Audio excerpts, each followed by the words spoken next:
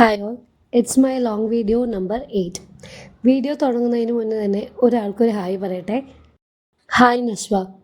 എനിക്ക് ഇന്നലത്തെ വീഡിയോയിൽ വന്ന കമൻസാണ് നശ്വ എന്ന് പറഞ്ഞ കുട്ടിയുടെ.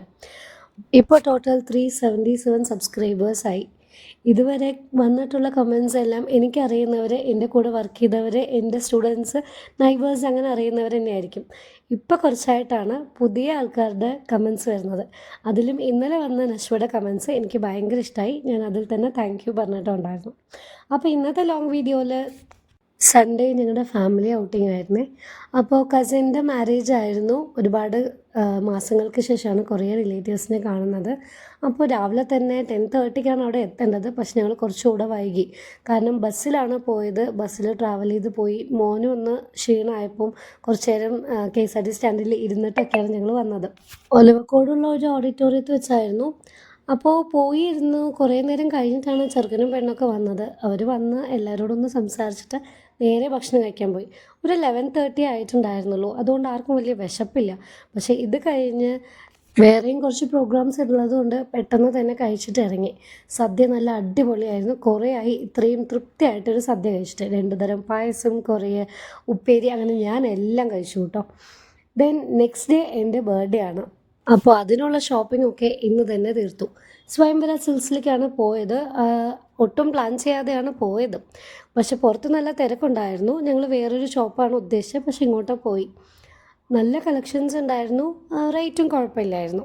അപ്പോൾ ഞാനൊരു കുർത്തയാണ് ആദ്യം നോക്കിയത്. പക്ഷേ എൻ്റെ സൈസിനൊത്ത സെറ്റായില്ല.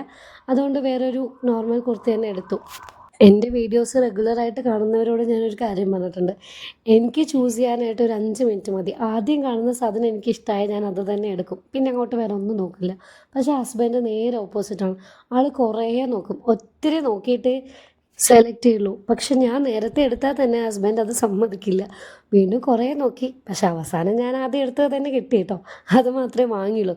വെറുതെ കുറേ നേരം കുറേ ഡ്രസ്സുകൾ നോക്കി, കുറേ ട്രയലിട്ട് നോക്കിയെന്ന് മാത്രം. ഷോപ്പിനകത്ത് കയറിയപ്പോൾ തന്നെ മോൻ വാങ്ങി. അവനായിരുന്നു ഫുൾ ക്യാമറ വർക്ക്. മുഴുവൻ വീഡിയോ എടുത്തതും അവൻ തന്നെയാണ്. ഇപ്പോൾ ഈ കാണിച്ച കുർത്തയാണ് ഞാൻ എടുത്തത്. ആക്ച്വലി ഇൻസ്റ്റാഗ്രാമിൽ റീൽസിൽ വന്നപ്പോൾ ഇതിനകത്ത് ഡിസ്കൗണ്ട് ഓഫറൊക്കെ ഉണ്ടെന്നാണ് കേട്ടത്. പക്ഷേ ഞങ്ങൾ പോയപ്പോൾ പ്രത്യേകിച്ച് ഓഫറൊന്നും ഉണ്ടായിരുന്നില്ല കേട്ടോ. അതിനകത്തുള്ള ഫുൾ റേറ്റ് തന്നെയാണ് പൈസ കൊടുത്തത്. പിന്നെ റേറ്റ് കൂടുതലാണെന്നൊന്നും പറയാനില്ല, കറക്റ്റ് തന്നെയായിരുന്നു. ഇപ്പം ഞാൻ ഈ വീഡിയോയിൽ കാണിക്കുന്നൊരു ഡ്രസ്സ്, എനിക്കതിൻ്റെ പേരറിയില്ല. ഷർട്ട് മോഡലിലുള്ളൊരു കുർത്ത. അത് അവിടെ നിന്ന് മേടിച്ചത് എനിക്ക് ഫിറ്റായില്ല, അതുകൊണ്ട് മേടിച്ചില്ല. പക്ഷേ ഓൺലൈനിൽ ഞാൻ തപ്പാനും എനിക്കതിന് പേരറിയില്ല. സോ ഈ വീഡിയോ കാണുന്നവർ ഈ ഷർട്ട് മോഡലിലുള്ള കുർത്തയ്ക്ക് എന്താണ് പേര്, നമ്മൾ ഓൺലൈനിൽ സെർച്ച് ചെയ്യുകയാണെങ്കിൽ എങ്ങനെ സെർച്ച് ചെയ്യാമെന്ന് ഒന്ന് കമൻറ്റ് ചെയ്യണേ. ഞാൻ ഇവിടെ തന്നെയുള്ള ഓർണമെൻറ്റ്സിൻ്റെ സെക്ഷനിലേക്ക് പോയി. അവിടെ നിന്ന് ഒരു ചെയിനും ഒരു ഇയറിങ്ങും മാത്രം മേടിച്ചു. ദെൻ ഹസ്ബൻഡിനും മോനും കൂടെ ഓരോ ഡ്രസ്സ് എടുത്ത ശേഷം അവിടെ നിന്ന് ഇറങ്ങി. ദെൻ നെക്സ്റ്റ് നേരെ തിയേറ്ററിലേക്കാണ്. നമ്മുടെ ന്യൂ ആരോമ തിയേറ്ററിലേക്കാണ് പോയത്. വിക്രമിൻ്റെ ഒരു തമിഴ് മൂവി വീരധീര സൂരൻ കാണാൻ പോയ മൂവി നല്ല അടിപൊളിയായിരുന്നു. പക്ഷേ ആകെ പ്രശ്നം എന്താ വെച്ചാൽ ഹസ്ബൻഡിന് തമിഴ് അറിയില്ല. മോനറിയാം, പക്ഷെ എന്നാലും അവനങ്ങനെ സംസാരിക്കാനൊന്നും അറിയില്ല. കേട്ടത് മാത്രമേ മനസ്സിലാവുള്ളൂ. കൂടുതലും തിയേറ്ററിൽ പോയി കാണുകയാണെങ്കിൽ അവൻ വിജയിൻ്റെ മൂവീസിന് മാത്രമേ വരുള്ളൂ. ഇതിപ്പോൾ എൻ്റെ നിർബന്ധത്തിനാണ് ഈ മൂവിക്ക് പോയത്. അപ്പോൾ through out the movie Tamil അറിയാത്തവർക്ക് ട്രാൻസ്ലേറ്റ് ചെയ്ത് കൊടുക്കാൻ തന്നെ എൻ്റെ കുറേ സമയം പോയി. എന്നാലും മൂവി അടിപൊളിയായിരുന്നു. എനിക്ക് ഭയങ്കര ഇഷ്ടമായി. ആരെങ്കിലും കാണാത്തവരുണ്ടെങ്കിൽ ഒന്ന് പോയി കണ്ടേക്ക്. അങ്ങനെ മൂവി കഴിഞ്ഞ് ഇറങ്ങി. ഞങ്ങൾ 11:30 ലഞ്ച് കഴിച്ചതാണ്. അതിനുശേഷം ഒന്നും കഴിച്ചിട്ടില്ല. തിയേറ്ററിൽ നിന്ന് ചെറുതായിട്ട് സ്നാക്സ് മാത്രമേ കഴിച്ചുള്ളൂ. അപ്പോൾ പിന്നെ നേരെ ഇന്ത്യൻ കോഫി ഹൗസിലേക്ക് പോയി. എപ്പോൾ പാലക്കാട് പോയാലും ഹസ്ബൻഡിൻ്റെ കൂടെയാണ് പോകുന്നതെങ്കിൽ ഫൈനലി ഞങ്ങൾ ഇന്ത്യൻ കോഫി ഹൗസിലേക്ക് എന്തായാലും പോയിരിക്കും. അപ്പോൾ അവിടെ പോയി മോൻ്റെ ഫേവറേറ്റായ പൊറോട്ടയും ബീഫും, ഞങ്ങൾക്ക് ഒരു റോസ്റ്റും ഒരു കോഫിയും മാത്രം വാങ്ങിച്ചു. ഞാനിപ്പോൾ എവിടെ പോയാലും റോസ്റ്റ് തന്നെയാണ്. കാരണം പൊറോട്ടയൊക്കെ കംപ്ലീറ്റായി ഒഴിവാക്കി വരുക. ദെൻ അത് കഴിഞ്ഞ് നേരെ സ്റ്റേഡിയത്തേക്ക് പോയി. മോന് വെക്കേഷൻ വർക്ക്സ് ആയിട്ട് കുറേ വർക്ക് തന്നിട്ടുണ്ട് സ്കൂളിൽ നിന്ന്.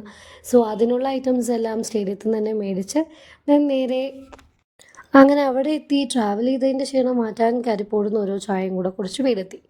രാത്രിയാണ് കേക്ക് മേടിച്ച് വെച്ചിരിക്കുന്നത് ഞാൻ കണ്ടത്. അതൊരു സർപ്രൈസ് ആയിരുന്നേ. സാധാരണ ഞാൻ തന്നെയാണ് കേക്ക് മേടിച്ചുകൊണ്ട് വരിക. ഹസ്ബൻഡ് ഓർഡർ കൊടുക്കും. പക്ഷേ ഇന്ന് കണ്ടില്ല. അപ്പോൾ ഞാൻ വിചാരിച്ചത് കേക്ക് ഇല്ല എന്നാണ്. രാത്രി 12 മണിക്കാണ് കേക്ക് കണ്ടത്. അപ്പോൾ ഞാൻ കട്ട് ചെയ്യാൻ വേണ്ടി മോൻ ഉറങ്ങിയിട്ടുണ്ടായിരുന്നില്ല. ഞാൻ പക്ഷേ ഒരു ഉറക്കം കഴിഞ്ഞ് ഉറക്കത്തിൽ നിന്ന് തന്നെ എണീപ്പിച്ചതാണ്. ദെൻ കേക്ക് കട്ട് ചെയ്ത് ഇന്നത്തെ പിറന്നാൾ ഇങ്ങനെ ആഘോഷിച്ചു. നെക്സ്റ്റ് ഡേ പ്രത്യേകിച്ച് ഒന്നും ചെയ്തില്ല. പിറന്നാൾ ദിവസം ഞാൻ വെറുതെ കിടന്നുറങ്ങായിരുന്നു. അപ്പോൾ അഗെയിൻ താങ്ക്സ് ടു നൗഫ.